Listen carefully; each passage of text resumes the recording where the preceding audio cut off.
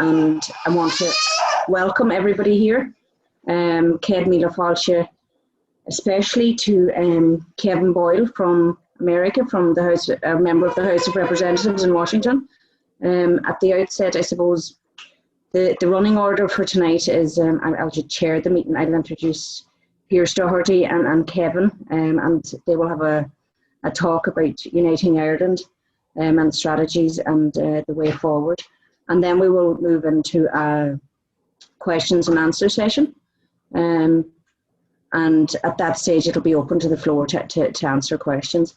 So just at the outset, just maybe I'll hand you over now to Pearse to start the meeting off. Go Michael. Mary Trace, and thanks to the Corley Cantor of Donegal for putting this meeting together. I'm just looking at all the faces on the screen here, and I'm trying to pick out Kevin. So Céad míle fáilte, Kevin. Absolutely delighted to see yourself again. A very good friend of Ireland and a very true friend of Donegal. So thanks for making the time, Kevin, to be with us today.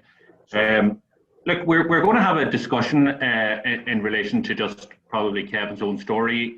We're going to, as Mary Trace talked about, we're going to discuss United Ireland. But maybe to kick it off, Kevin, if you would just want to talk to us about your own roots, what Donegal means to you, and for people who, I'm sure everybody knows Kevin, but Kevin is it 6 times you've been re-elected to the House of Representatives there in Pennsylvania. It's a fantastic record. Himself and his brother were the only 2 to actually serve in the whole history of the House of the Representatives there for a history of over 300 years. I think these were the only brothers to serve together. And Brendan obviously is in Congress, and Kevin, a lot of us follow what he's doing and the work he's doing across the water. But maybe to kick it off, Kevin, just tell us a bit of your own background, and particularly your roots in Donegal, what Donegal means to you, and why you chose to come back here to carry out the biggest decision you've ever made in your life. Thank you, Pearse. Yes, I'm from a proud Donegal background. My father left Donegal in 1970, and not only is there a Donegal background, but there's a Donegal Irish Republican background. And the legacy of Irish Republicanism is very strong in our home area of Glencombe-Kill. My grandfather answered Ireland's call during the War of Independence, and he was anti-treaty during the Civil War. And for his whole life until 1989, when he passed away, he never applied for his pension from the 26 county government. And you know, it's something I'm very proud of, because he very well could have, having 9 kids in rural Glencombe-Kill, but he put his Irish Republican principles ahead of monetary benefit. And I actually carry the oath he took. I actually framed it, and it's here in my office in Harrisburg. And that legacy of self-sacrifice was certainly given to his son, James Anthony, my uncle, who died in 1981, and also to my brother and I. And my brother serves in the U.S. Congress. And like so many Donegal people, unfortunately, you know, my dad's economic reality was involved coming to the city of Philadelphia. And that's where I was born in 1980. And Brendan was born in 1977. But the upbringing that we had was a very Irish-centric one. It was deeply immersed in the Irish-born community here in the city of Philadelphia, which is, as you know, Pearse, from being here, it's very, very disproportionately Donegal. If you were to canvass in my district, you would see a lot of last names like Gallagher and Gillespie and McGinley and Doherty and Boyle. It's as if you were in County Donegal or Derry City. But Philly is very much an Ulster city. A lot of Donegal people, a lot of Tyrone people, a lot of Derry people. And that consciousness of, you know, growing up with people either from the 6 counties or Donegal really informed my interest in what was going on in the north of Ireland from a very young age. And I don't remember this, but the first political activism that my brother and I took part in was in 1981 when Bobby Sands died, when there was actually a large protest of nearly 10,000 people to protest the British government's handling of Irish political prisoners in Longcash and Armagh Jail.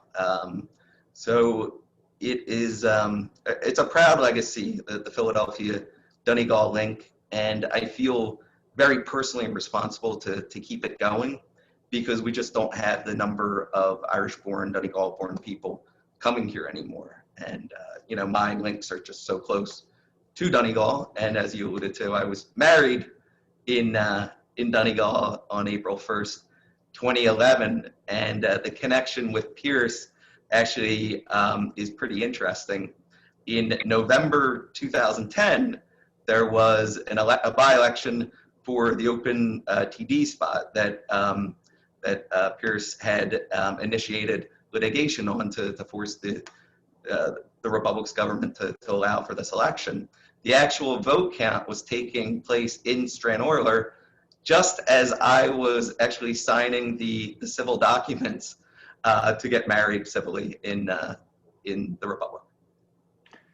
So there you go, and Kevin told me that story, which is quite amazing now.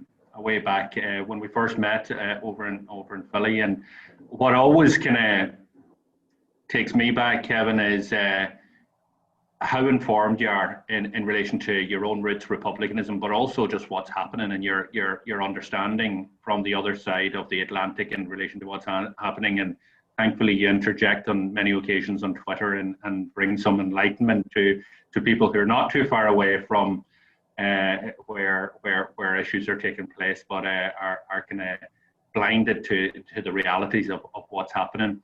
You mentioned one of your first political actions, and like myself, would have been just a very young boy at the time of the 1980 and 81 hunger strikes. And for a lot of people, you know, who emigrated, you know, they emigrate, they set up life, they're born in a different country, and they have that connection maybe around St. Patrick's Day. But for you, it's a lot different. It's not just about the shamrock and the green and the four green fields. It's you have a very in-depth knowledge. Is that something that you developed later in life, or was it something that as a teenager that you became aware or interested in Irish history? Where did it come from? Or you explained your history in terms of your family history, but was it later on as you got into politics, or did you have that all the way through? I was just always interested, and you know, the home that we grew up in, my brother and I, it was just a very Irish home where Donegal was seen as home, and you know, Sligo is where my you know, mother's family is from, and we would look forward to getting like the Donegal Democrat newspaper and the Irish Independent or the Irish Times. And as I got older, by age 13, 14, I was definitely an Irish Republican. When I would read the Sunday Independent, I was like, wow, what bullshit. Or sorry, I shouldn't say, you know, because Conor Cruz O'Brien would be writing, I think Elis O'Hanlon would be writing, and I would just see this utter nonsense that even as a teenager, I just knew that this was really just establishment, you know, BS. And, you know, I'd already certainly had my own views in relation to what was going on in Ireland. And I thought then, as I think now, that, you know, County Donegal has really paid a very, very heavy price for partition. And, you know, even during the height of the Celtic Tiger, the population growth in County Donegal was pretty static. And it's just the geographic isolation of the county just is a real restriction on economic development, and the fact that it's been partitioned off from Derry City, Strabane, and Enniskillen. What awareness do you think, Kevin, there is in Irish America and in America in general in relation to where things are at in terms of Irish unity, the momentum, the fact that you know, that discussion is very live in the north, is very live in the south. That there is awareness and an acceptance across a lot of sectors of society that there's likely to be a unity referendum, whether that's in 5 years or 10 years, but there's a likelihood that's going to happen. In America and within the community that you represent, is there an awareness? Is there, what's the feeling? Do they see it as something that's happening over there, or are they bought into that concept? And what role maybe do you see that Irish America can play, or do you believe that they do have a role in relation to the reunification of Ireland? You know, when we're speaking about Irish American knowledge of what's going on in Ireland, there's a real diversity in relation to just knowledge. You know, you have some people, you know, like me and others who are very involved in Irish American events, who would be listening and tuning into RT every day, and who, you know, are daily digesting news from Ireland. Then you have other people who it's more sort of, you know, sporadically. They might read an Irish American newspaper, or they might be a member of the OH. And then you have a third group who, you know, are probably many generations removed, who are kind of like instinctively probably pro Irish nationalists, but they really aren't following what is going on. You know, during the Troubles, there was because of what was occurring in the 6 counties, there was a greater focus on what was going on in Ireland. I think the challenge for people like me, and certainly Sinn Féin tries to assist, is to inform the broader Irish American public of the potential of Irish unity. And, you know, I know you believe this, I believe this, that there is nothing that could happen that would be any better for the future of Irish people than unity. Will there be challenges? Yes, but I think in the long term it would be. Yeah, and there is obviously a change of administration in the United States with President Biden coming in, and he was on this side of the Atlantic celebrated that. What do you see? Do you see there, obviously in Congress, in Capitol Hill, there are a lot of very strong friends of Ireland, people who have been supportive of the peace process, people who've in the past have made utterances in relation to Irish reunification. Do you believe at a political level that there's a role for America to play in relation to Irish unity, just as they played a very crucial role, obviously, during the peace process and indeed in some of the agreements? At 100%. You know, if you trace the history of Irish American republicanism, going back to the Fenians after the U.S. Civil War, through to after 1916, the support afforded to the old IRA during the War of Independence, and then right up through the Troubles, and then you know, safeguarding the Good Friday Agreement, and then most recently with recent Brexit negotiations. I think you've consistently seen elected Irish Americans, like my brother, Congressman Boyle, really advance the cause of Irish freedom. And I think that the final play is to get a unity referendum. And personally, I definitely believe there is a strong role for the Irish American community, because we can influence the decisions of the United States government.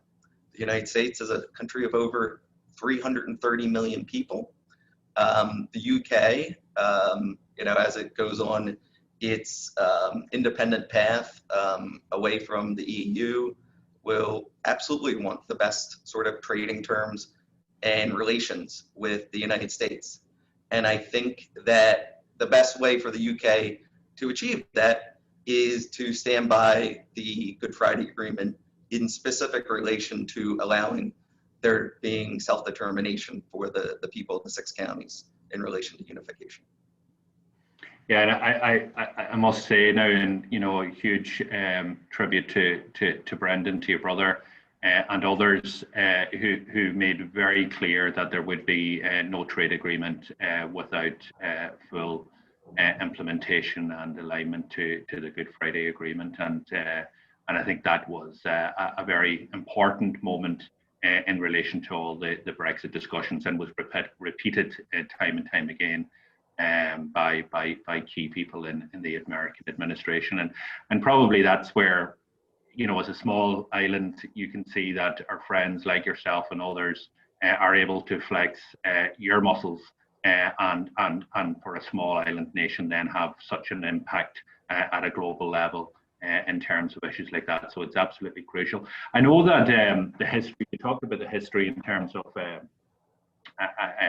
America and Irish America in the pursuit of freedom here, and obviously a unique space for Irish America in our own proclamation, our 1916 proclamation, and us just coming after the celebration.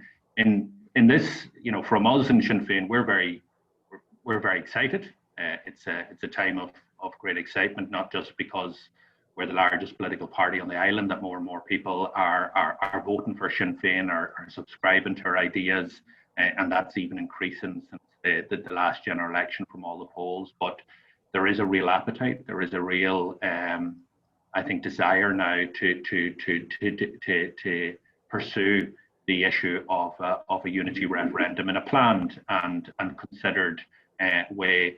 And probably, we've had discussions as Republicans, and I'm sure you have had these discussions about Irish reunification from a long time ago, and everybody at in this meeting. But there is a real potential that over the next 5 years that we could have a unity referendum. And from your vantage point in the United States, have you any advice to Republicans here in Donegal in pursuing that agenda, and pursuing reunification, from what you're seeing, or any pearls of wisdom that you want to part to us? I think that Republicans everywhere, whether in Donegal or Dublin or the six counties or Philadelphia, I think we need to be conscious that there will be a real attempt to stop Irish self-determination. I think there will definitely be a project of fear that is unleashed, and maybe we've already seen it in recent weeks. We need to be aware of that. And I think that we need to push back against anyone, whether they be on BBC Northern Ireland, or they're bloggers or politicians or columnists for the Irish Times or Sunday Independent.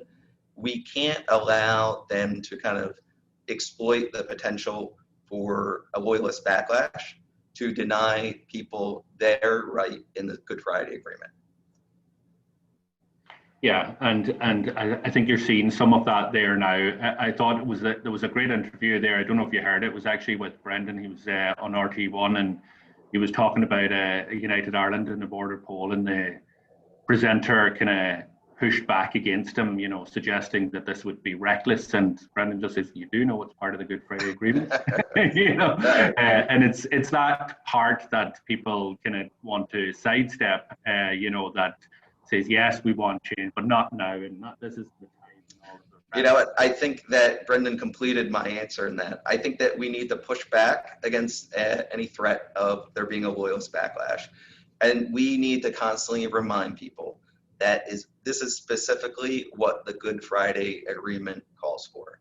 And I know personally that is what I will be advancing in the United States, that allow people self-determination. It's what the 1998 Accords say.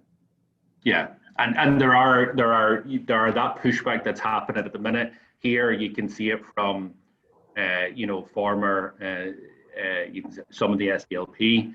You can see it from, I think John Britton was at this malarkey here recently, which is that it's not 50+1, which is stipulated in the Good Friday Agreement. We couldn't allow for that. The principle of consent has to be rewritten, and it has to be a higher threshold, which would suggest that a majority of nationalists in the north, even if they wanted to be part of a new United Ireland, that they should be denied that opportunity because of exactly that point that you're saying, and it has to be that project fear that is already those seats are being shown by some.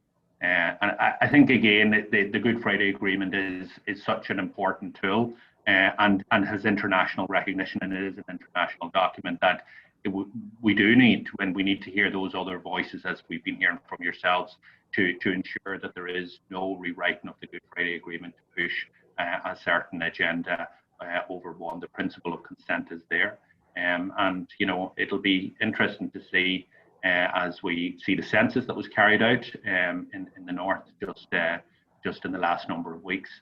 And the changes that are taking place before our eyes.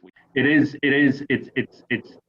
a very exciting time, and I just want to finish this because I know that a lot of people have other questions, Kevin. So I'm going to pass it back to Mary Trace. But it is a very exciting time, and it's great that we have friends like yourself, Kevin, who's so informed in relation to the politics of Ireland, to the history of the conflict.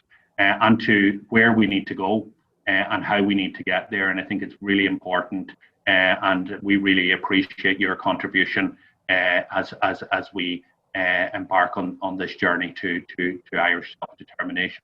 And it is a very exciting time, as I said, as an Irish Republican, and I think that major change can take place. I know, reflecting back to the leadership in Sinn Féin a number of years ago, they imparted some of the comments that they had with Nelson Mandela, and this was at the very start of probably the Hume Adams talks, and around that period where Mandela made the point that change happens very, very slowly, and then all of a sudden the gates fly open and change happens really, really fast. And I think we're very close to that point where it has been slow. Many of us probably, 23 years ago, during the Good Friday Agreement, would hope that it would be a lot faster than it is, but I think we're at that point where change is about to happen in a faster way, and it needs to be planned for and prepared for. So, look, my comments, I'm looking forward to getting back over to Philly to see you all, and keep up the good work, and all my best to Caitlin and the extended family, and to Brendan as well. So thanks a million, Kevin, and I'll pass you back to Mary Trace. Thank you, Pearse. Pearse and Goromaiga, Kevin. And Kevin, just from my own perspective, just from outlining your first, how you outlined your background, I suppose I'm not going to speak on behalf of everybody here at the meeting tonight, but I nearly feel like I know you already, and that's something that none of us really have, that. Just to be able to be so comfortable with your own, and that's how I feel sitting here, as if I have known you for a long time. The only other comment I would make there is we're all very proud of Pearse too, and we all think he's doing a good job, but we don't like to tell him that. The Irish are different than Americans on receiving compliments. So, they'll probably say negative things, not negative about Pearse, but they don't want him getting a big head. That's growing up in Irish culture. That's a really big thing. Well, if I started telling Pearse all that good stuff, I think he would think I was heading for somewhere else, but that's just the way we are. And I suppose, to be fair for ourselves here in Sinn Féin and all the faces I see, we've been around a long time, and we have been together, and we've built the party here in the county, but that wouldn't have been possible without the leadership of Pearse and Padraig, and then all the people on the ground. And I suppose we're the vehicles of trying to use our voice to create the circumstances to persuade people of the benefits of uniting the country, but not just uniting the country, uniting the people as we go along. I do want to point out that, I think we should give special recognition to the challenges that I'm sure there were people on this call that were involved in Sinn Féin going back to the 90s and 80s. And we had the murder of Eddie Fullerton, a county councillor, and that was done, in conjunction with British intelligence. And, that's the legacy that Donegal Sinn Féin has dealt with, and it's dealt with it massively successful. For Sinn Féin to be the biggest party in Donegal is amazing, considering the Fianna Fáil roots in the county. So I absolutely comprehend what you pulled off in the county. Thank you. You nearly know more about it than I do myself, Kevin. Kevin, if it's okay by you, I'm just going to open up to a few questions and answers. I've had a few people who've contacted me prior to the meeting. If anyone else would like to ask a question, if you could put it into the chat, and I'll introduce you then as we go along. So the first question, Kevin, is from Aaron Toland. Sure, I saw it went away, but I do see what the question is. Yeah, the numbers of undocumented Irish could be as high as over 50,000 people. Prior to COVID, I was out canvassing in my my district and going door to door and knocked on a door, and this older guy, was like in his late 60s, early 70s, started talking to me, and I heard the Irish accent. And I said, oh, where are you from in Ireland? And he said, oh, I'm from Belfast. And I was like, oh, how long you been here? My family's from Donegal. And just we're talking. And then I discovered that this man who'd been in the United States since the 70s was actually undocumented. And he's literally living in this small, apartment in my district and living in the shadows. And, that reality for tens of thousands of Irish-born people is the same, and it links Irish people with many communities of color, and particularly Mexican Americans and other people from Latin America. Literally millions of people are living that reality of not being able to access really the services from government that should be an entitlement. And it's my hope with the Democratic majorities in the U.S. House and Senate, and with us Democrats having the White House with President Biden, that we can do something that would get legal status for those people.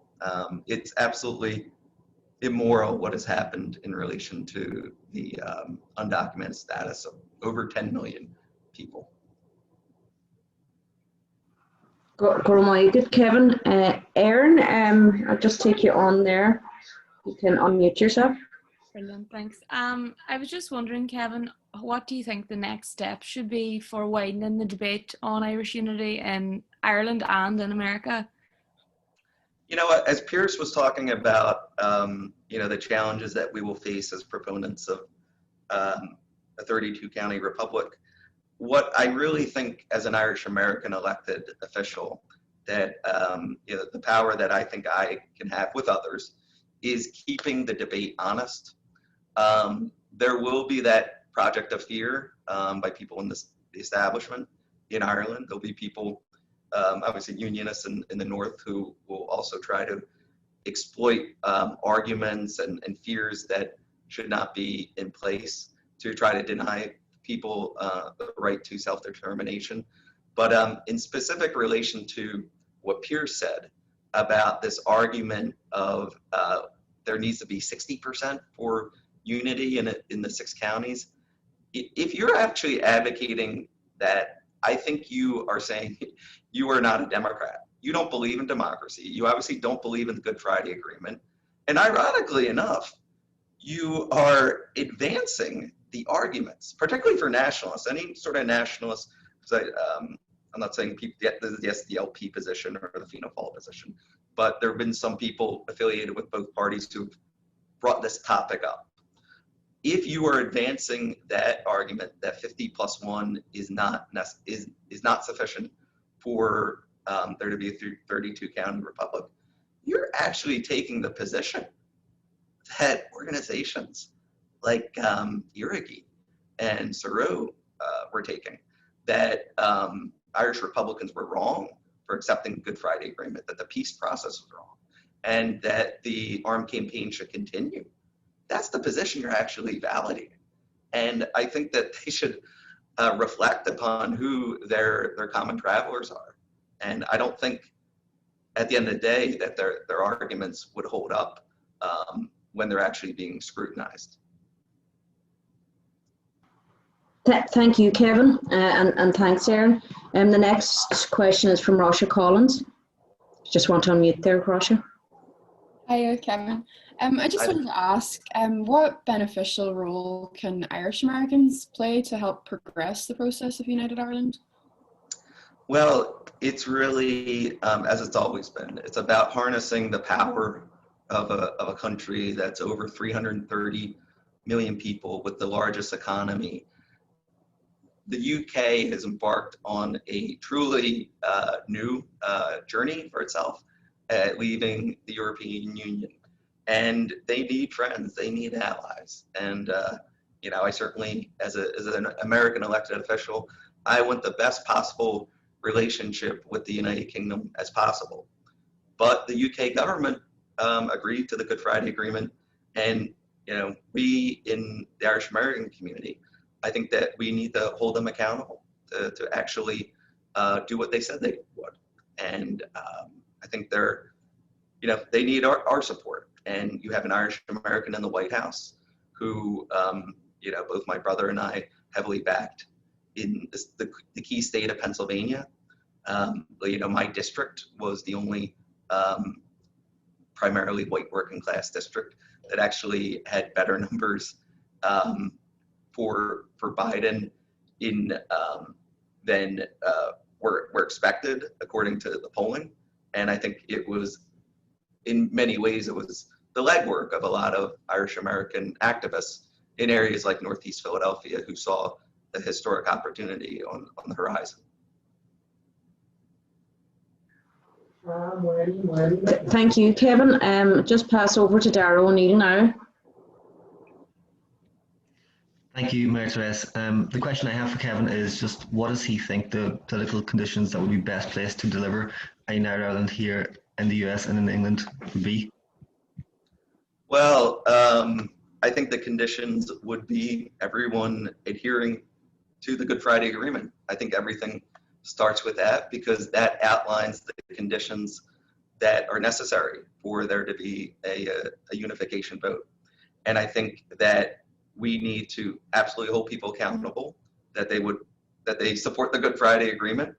And furthermore, I also think that, you know, we need to push back against arguments that I believe are illegitimate.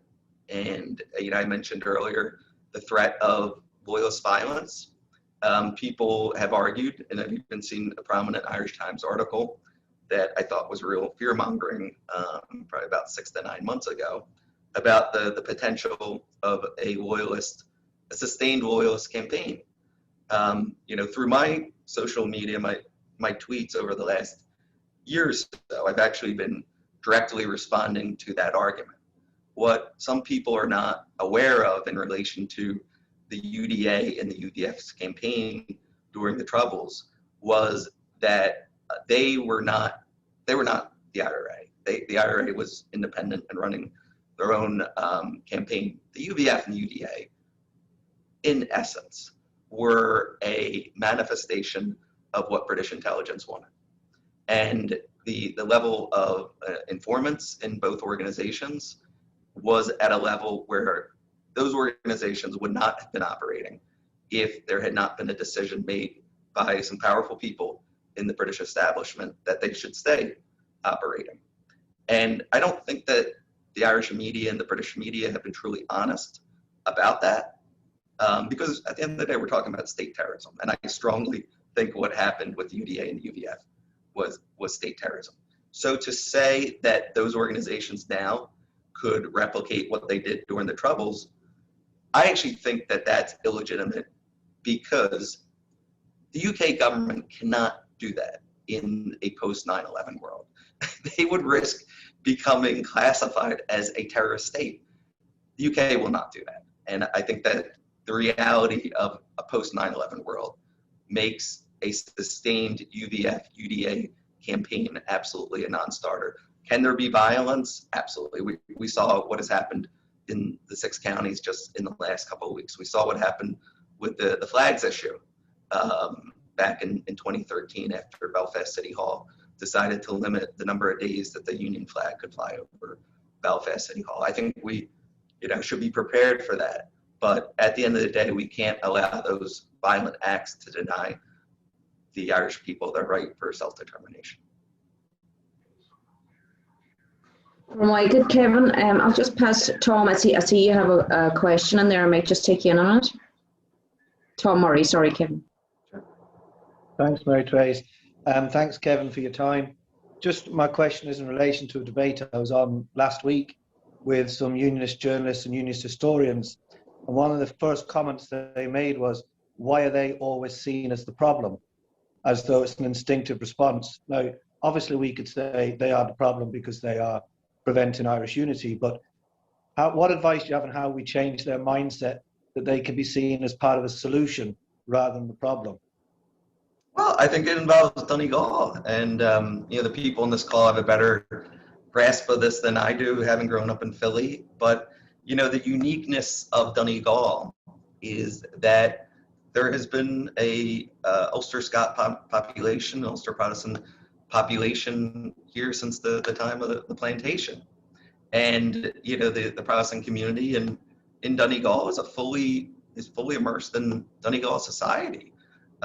Some of my cousins who they live near Mount Charles, they're in an area where there are more Protestants than Catholics, and there's a local Orange Hall, and some of the young Protestant men play cricket, or used to, at least when I was little and still coming back to Donegal.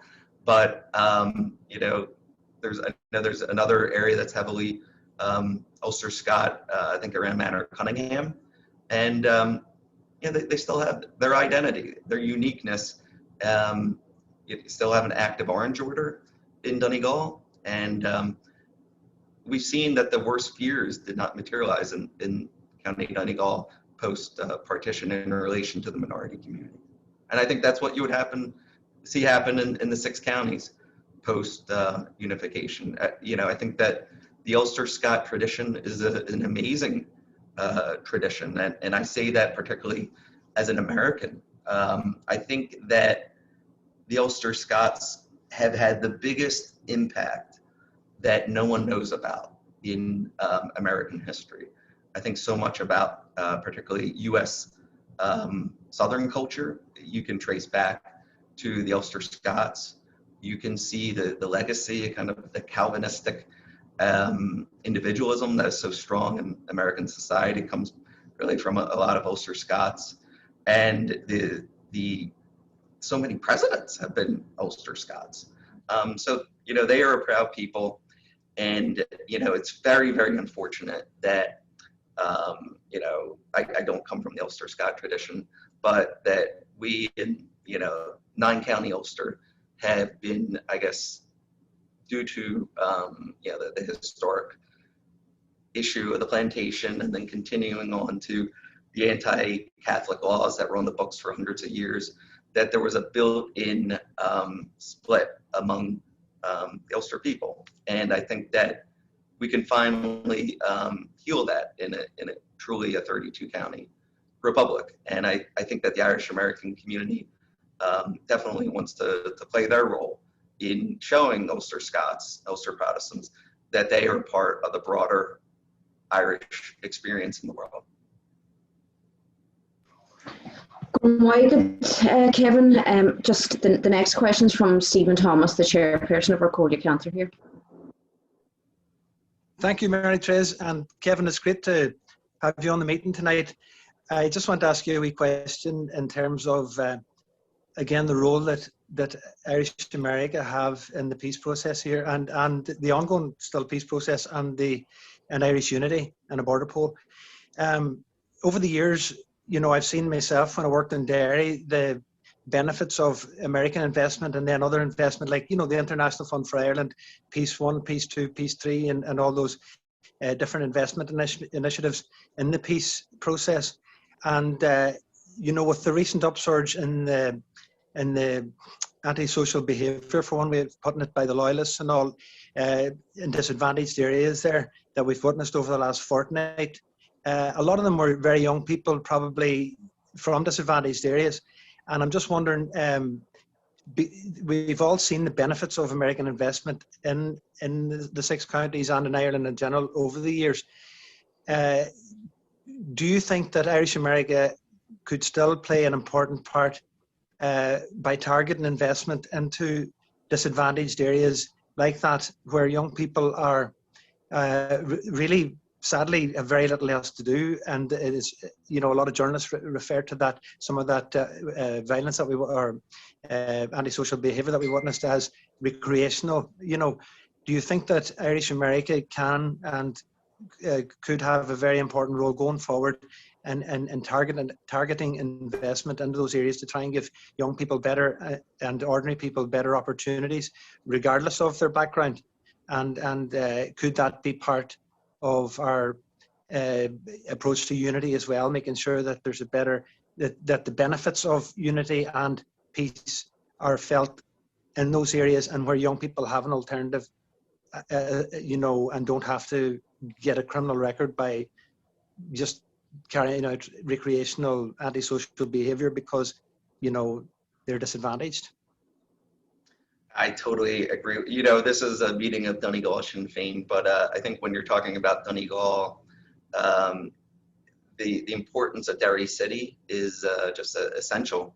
And I think part of the economic, the stalling of the Donegal economy, a lot of it is related to Derry City being stalled and the fact that partition is there. And it's just led to economic isolation.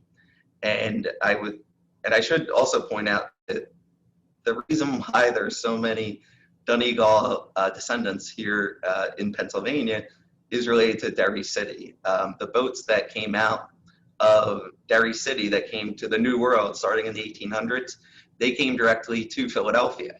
So when my dad in the 1970s left Donegal on an Aer Lingus plane, he still came to Philadelphia because there had already been a long-established Donegal community that came from the boats coming out of Derry City. Meanwhile, the people in Boston tend to trace their lineage to County Kerry or Cork or Galway. Well, we in Philly and Pennsylvania tend to be more West Ulster. But in relation to Derry City, I was last in Derry City in 2017, and I was really struck by the deprivation that to me was just visible when I was in Creggan and the Bogside, and I was also in Waterside too. And I've spent a good amount of time in the north and a good amount of time in Belfast, but it just seemed just viscerally different when I was in Derry City, and the lack of opportunity there, I think, is absolutely glaring. And I was on a tour with my brother, Congressman Boyle at the time, and I know he feels the same way in relation to the importance of investment into Derry City, and investment in the Derry City ultimately will be hugely beneficial to County Donegal as well. And on the broader topic of loyalist economic disadvantages now, what we're dealing with is a community where it used to be if you were, a proud Ulster Protestant, you really had a leg up in the Six County Society in relation to securing employment. That's no longer the case. And you've seen particularly Protestant boys in the North struggle in terms of educational attainment. And it is a massive issue. And I think that the events of the last week or two, maybe it wasn't surprising to see the age profile of the people engaging in violence, and also the communities that they were coming from, because they were coming from areas where you were not seeing that attainment of any sort of, or any high level of educational credentials in a statistically significant way. So, I think it's going to be a massive issue in years to come. And when there's a 32 county republic, I think that there needs to be an American dimension in relation to economic development to help communities like that on both sides of the divide. And then it has to be a major focus of Irish elected officials too. Kevin Gormaiget, Stephen, and just the next question is Jack Murray. Gormaiget, Mary-Therese, and just want to say thanks very much, Kevin, for joining us today. Thank you. Sure, thank you. I think your participation in itself, I think, sends out a very, very strong message of the momentum, I suppose, is gaining behind the movement for Irish unity. Like, to have yourself in such a position of power in America, coming out so strongly and taking time out of your day to meet with us, I think that in itself is very positive. And I always think the positive role that you have even now will become even stronger once the questions put, once a date for the referendum set, and the debate becomes more widespread and more taking part in every day. I think when you come in with the likes of an honest broker, really, at that point, and add weight, because obviously one of the strongest cards we've always had as Irish Republicans is the strength that we have across the Atlantic, and within that Irish community, and such a powerful lobby within such a powerful country is always going to be a strength that we can rely on to demonstrate that is fantastic. But so the question I would have is that outside, I suppose the Irish population in America is huge. Outside of that, what would be the perception of the campaign for Irish unity, or not even in a historical sense, but going forward across the many communities that exist in America, across that melting pot? What would have been? I don't know, it's a very widespread question and it's going to be different across all, but would there be much of an understanding outside of our own traditional lobby? Fascinating question. We in the United States, first of all, I'm from the city of Philadelphia. The demographics of the city of Philadelphia is that it is, it's 44% African American, it's just 35% white, about 15% Latino. You've seen in the last year groups like Black Lives Matter become much more prominent. And what's kind of occurred in Philadelphia, and not just Philadelphia, but say Philadelphia, where there's a big Irish American community, is that generally the Irish American community has been more oriented towards police membership, towards the building trades, and the African American community and other communities and white progressives. I guess there's a certain sort of I don't want to say suspicion of Irish Americans, but there's a certain reservation about Irish Americans not being supportive of advancements for communities of color. I'm acutely aware of that.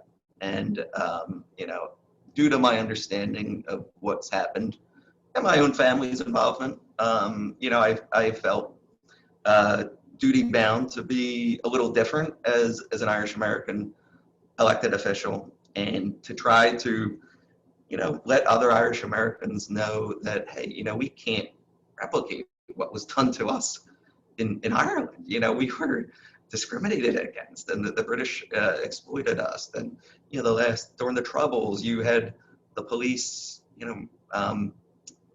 acting in very, very horrible ways.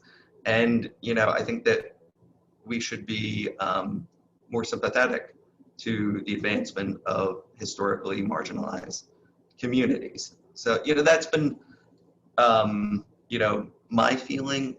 That's not to say that I'm anti-police in any way whatsoever, but it's unfortunate to the extent that the reality is that in Philadelphia and some other big cities, that the Irish American community has been more divided by from communities of color.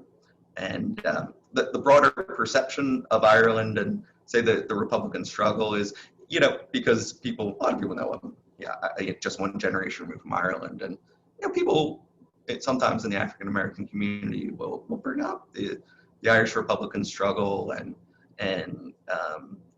kind of express some sort of I guess frustration, bewilderment that you wouldn't have more Irish Americans kind of just taking more sort of sympathetic positions to what they think are kind of like common sense stances.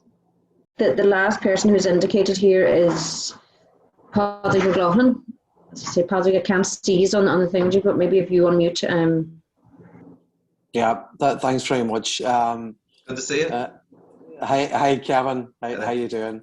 Kevin, I just want to join all the other thanks for the work that yourself and Brendan are doing for your own communities in Philadelphia, but also for us back in your home place of Ireland. And I think you talk about Rita O'Hare, and Rita O'Hare is, you know, a legend of our movement, a truly great woman. But all the evidence of Rita's, you know, that down to earth, no nonsense approach she's had in America, all the evidence and all the reward of that was when our Good Friday Agreement was under threat through the Brexit process. The DUP would have been happy to put a border on the island of Ireland, possibly the Tories too. And then you had the intervention of, firstly, Richie Neal, chairman of the Ways and Means Committee, a long-time friend of Sinn Féin.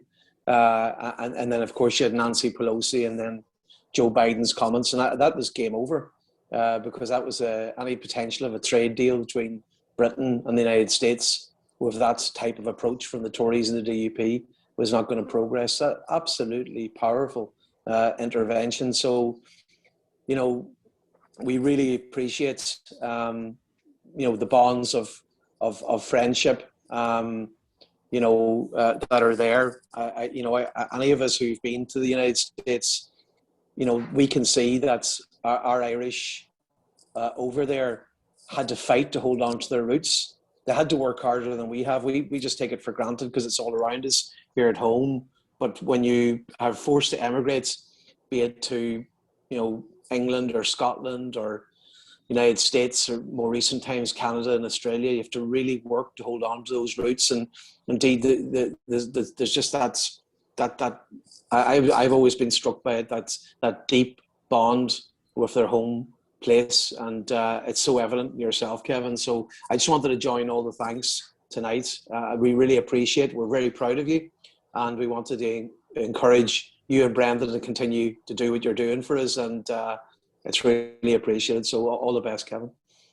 Thank you so much, and you know, I'm impressed with your kind of your psychological knowledge of what it's like to be one generation removed from Ireland. Because something I'm conscious of is that in many ways my Irishness is just so natural in the sense that, you know, I was raised in a way that was just so Irish, like an Irish immigrant community, and like county associations were huge.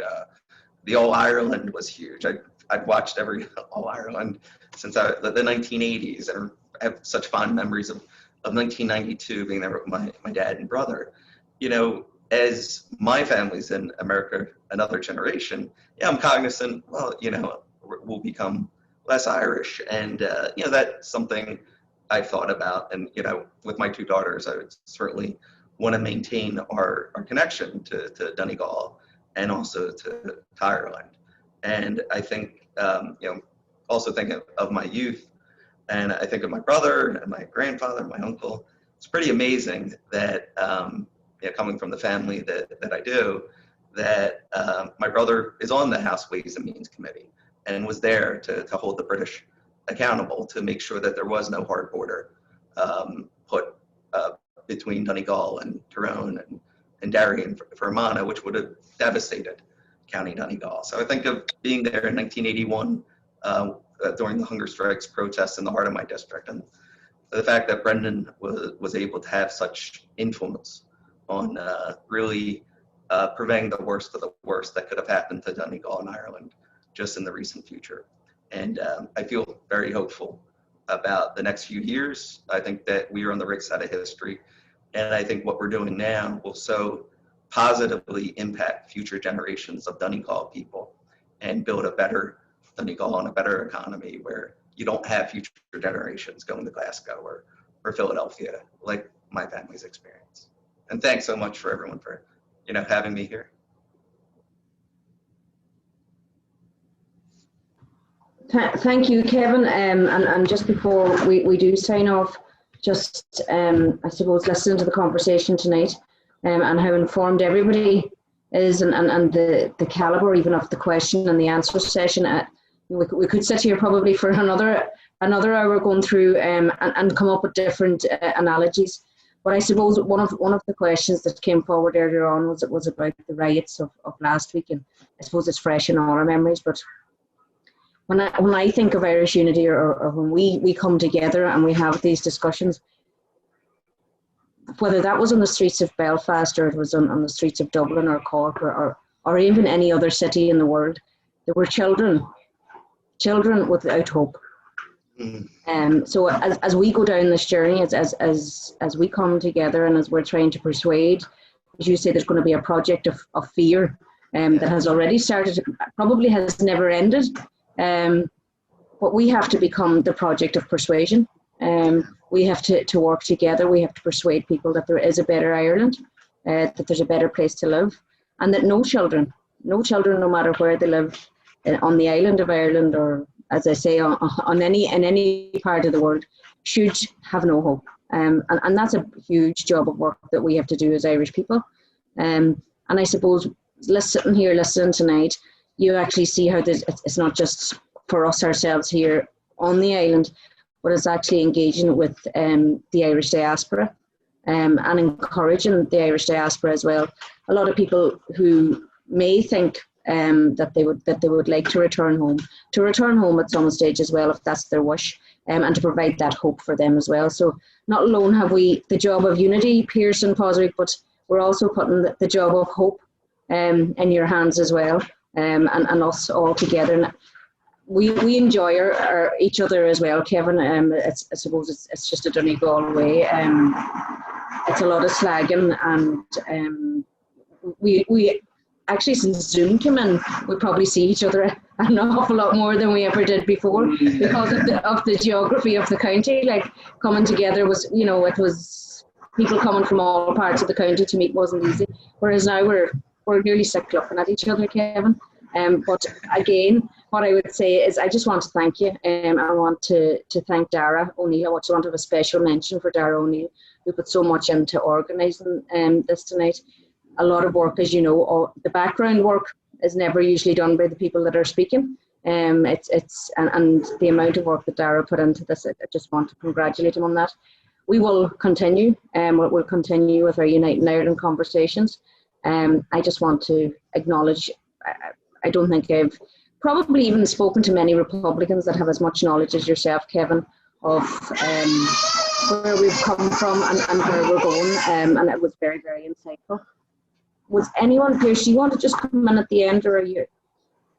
No, I think Mary Trace, I think you've rounded it up well there. And again, just like you can see from the comments, Kevin, coming up in the chat, that every single one of us really appreciates you taking time out of your schedule and having this chat. And it's, for me, it's always great to hear somebody from the other side of the Atlantic with such clarity in terms of, what's happening here, where we need to go, Good Friday Agreement, all of that. And it's great to have a friend like yourself as an elected official in Philadelphia, and obviously your brother and all of those who've been very, very supportive of us. So look, we're looking forward to seeing you, hopefully, and let me extend an invitation to yourself, to Caitlin and the girls to come to Donegal, and we hopefully post-COVID we'll be able to see each other and enjoy the everything that Donegal has to offer. So hopefully, Kevin, you might be able to get a chance to do that at some time, and we're all hoping to obviously get back over to America to engage with the Irish American community again. And there is a lot of work there to be done. And it's interesting you said about just Poetic's contribution. I was just reflecting there. There's you and myself and Poetic, and none of us were born on the island of Ireland. We're all sons and daughters of Irish men and women who were forced to emigrate, and different circumstances allowed for myself and Poetic to return home, and you found a new home there and carrying out that role, and it's fantastic. So just look at, and I know there's so many others on the call here that are similar. So listen, I want to just thank you again, Kevin, for all the work you do in the States for the Irish community, but all the work you do for Ireland from that part of the States, and keep with it. And we know we've a very true friend in Philadelphia, and you and in your brother, Michael. Thank you, Pearse. And, we're going to live to see a 32-county republic, and it's going to happen sooner rather than later. And then we're going to see a Donegal Taoiseach. And I think we're looking at them right here. So. Me and Paddy can wrestle for that one. What's that? That's a fine note to leave this meeting on. Good, Kevin, and Thank you, everyone. thanks everybody for joining in this evening. Good, Thank you. See you.